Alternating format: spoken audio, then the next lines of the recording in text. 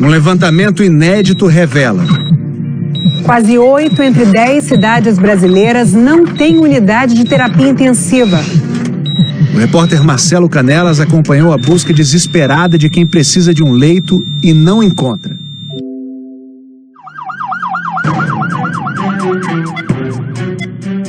Como manter vivos, fora da UTI, pacientes que só poderiam estar numa unidade de terapia intensiva? Eu sou um médico do caos e eu tento organizar o caos. É como se fosse a gente estivesse num estado de guerra.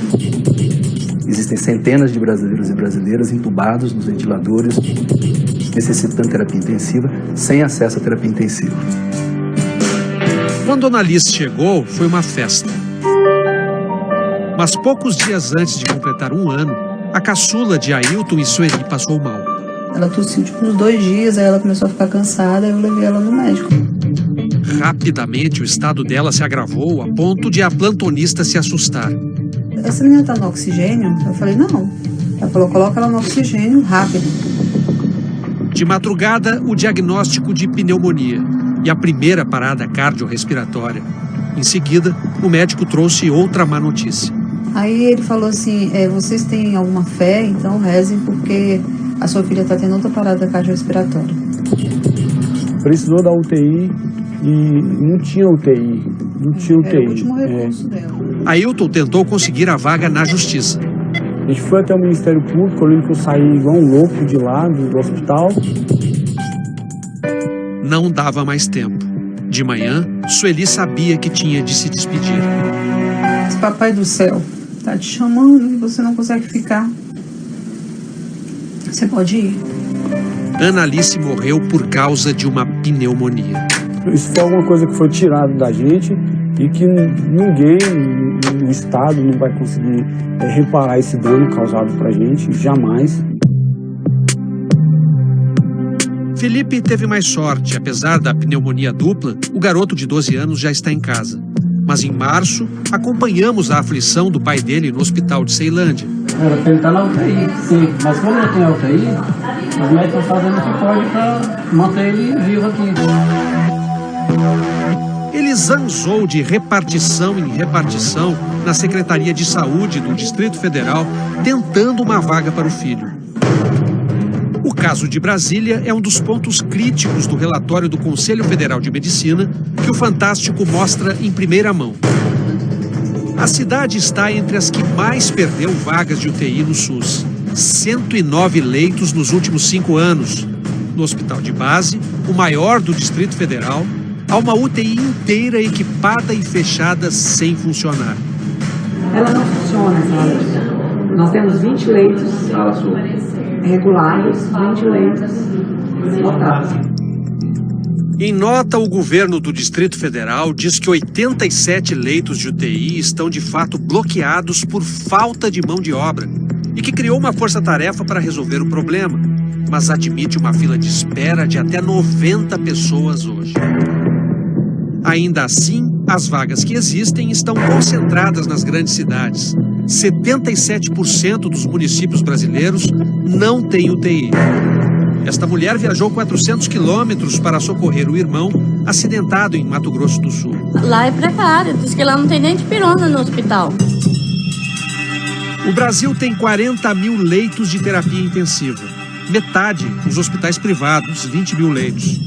Como 50 milhões de brasileiros pagam plano de saúde, dá 4,1 leitos de UTI por grupo de 10 mil habitantes. O SUS fica com a outra metade, 20 mil leitos para servir a população inteira, 204 milhões de pessoas. Aí o índice cai para 0,99 leitos por 10 mil habitantes, razão das filas e da superlotação. Grande parte das vagas oferecidas pelo SUS não está nos hospitais do governo, está nos filantrópicos. Como a Santa Casa de Campo Grande, onde a doutora Maria Augusta trabalha há 38 anos. Existe algum leito desocupado aqui, vazio? De jeito nenhum, nunca. Normalmente o leito não esfria. Eu não fico aqui 4 horas com leito vago em hipótese alguma. Aqui o caso, felizmente, foi de uma alta. Outro paciente chegou para ocupar o leito vago. Se aparecer outro com esse mesmo perfil aqui, tem onde botar aqui? Não, hoje ele aguarda no pronto-socorro, na área vermelha, aguardando o leito até subir. A área vermelha a que o doutor Kanamura se refere é esta. Os pacientes graves vêm para cá. Eles deveriam receber o primeiro atendimento e seguir direto para a UTI. Dos 12 pacientes que estão na sala vermelha da Santa Casa de Campo Grande neste momento, pelo menos 10 deveriam estar na UTI, só não estão por falta de vaga.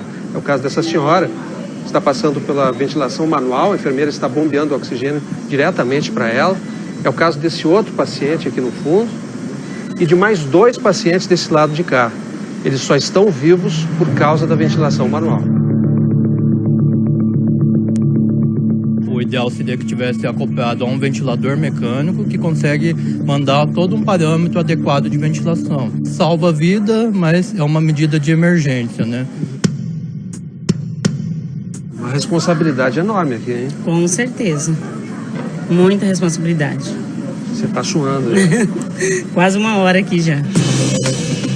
O médico emergencista Rodrigo da Silva Quadros comanda a equipe que tenta manter esses pacientes vivos até que apareçam vagas na UTI. É desanimante, é desgastante, é triste você ver as pessoas morrendo ou as pessoas com necessidade de alguns recursos e a gente não consegue oferecer a todos ao mesmo tempo.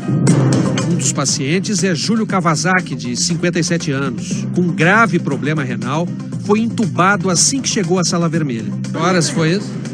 Foi lá por volta das 2 da manhã já. Agora são 2 da tarde, então faz 12 horas que ele está aqui. 12. Está com muito paciente, não está tendo equipamento. Você acaba tendo que participar da escolha de quem vai viver e quem não vai viver. De quem vai receber o recurso primeiro e quem não vai.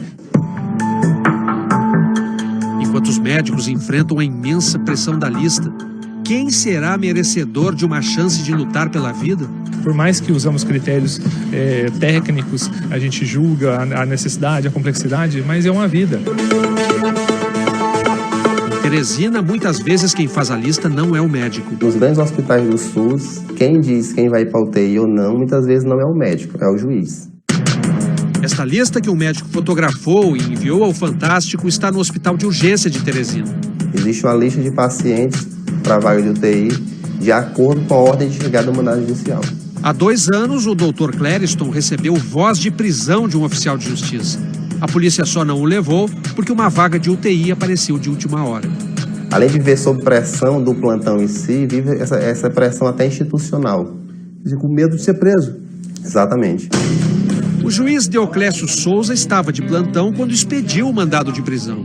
Ele determinou a internação de uma pessoa na UTI. Como a ordem não foi cumprida, mandou prender o responsável. A recalcitrância não era do médico propriamente dito, mas sim do órgão administrativo, né, competente. Mas no caso, objetivamente, seria ele o preso, o médico?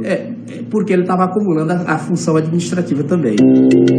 Ele nos leva ao gabinete do juiz titular da primeira vara da Fazenda Pública, que diz estar cansado de desculpas esfarrapadas. Não vou cumprir, não tem leito de UTI, não tem medicamento, não tem material cirúrgico e esse discurso, esse refrão é antigo e ninguém toma medida nenhuma. O caso mais grave que exigiu uma intervenção do Ministério Público do Piauí foi o da maternidade Evangelina Rosa. O acesso a leito de UTI hoje no Piauí, eu acho que no Brasil não é diferente, é uma verdadeira loteria. Nesse vídeo enviado ao Fantástico, bebês recém-nascidos com graves problemas de saúde são mantidos vivos numa UTI improvisada. Aquilo ali, elas deveriam estar na UTI, estão nessa unidade de terapia, que não é uma UTI. O governo do Piauí chegou a assinar um termo de ajustamento de conduta, se comprometendo, entre outras providências, a aumentar as vagas de UTI. Mas não cumpriu a promessa e já responde a 6 processos judiciais por desobediência. Há um grande distanciamento entre as leis que regem a saúde pública no Brasil e a realidade dura vivida pela população que bate às portas da promotoria. Em nota, o governo do Piauí diz que aguarda a tramitação dos processos, mas promete criar mais 105 vagas de UTI só na maternidade Evangelina Rosa. O Ministério da Saúde reconhece que é preciso avançar mais. Diz que tem se esforçado para ajudar estados e municípios e prometeu habilitar 986 novas vagas de UTI em 2016. só mesmo um golpe de sorte para se salvar, foi o caso de Júlio Kawasaki, que vimos em estado gravíssimo na Santa Casa de Campo Grande. Uma vaga de UTI apareceu e ele foi transferido. Deus é grande, Deus é fiel, Ele está muito bem cuidado.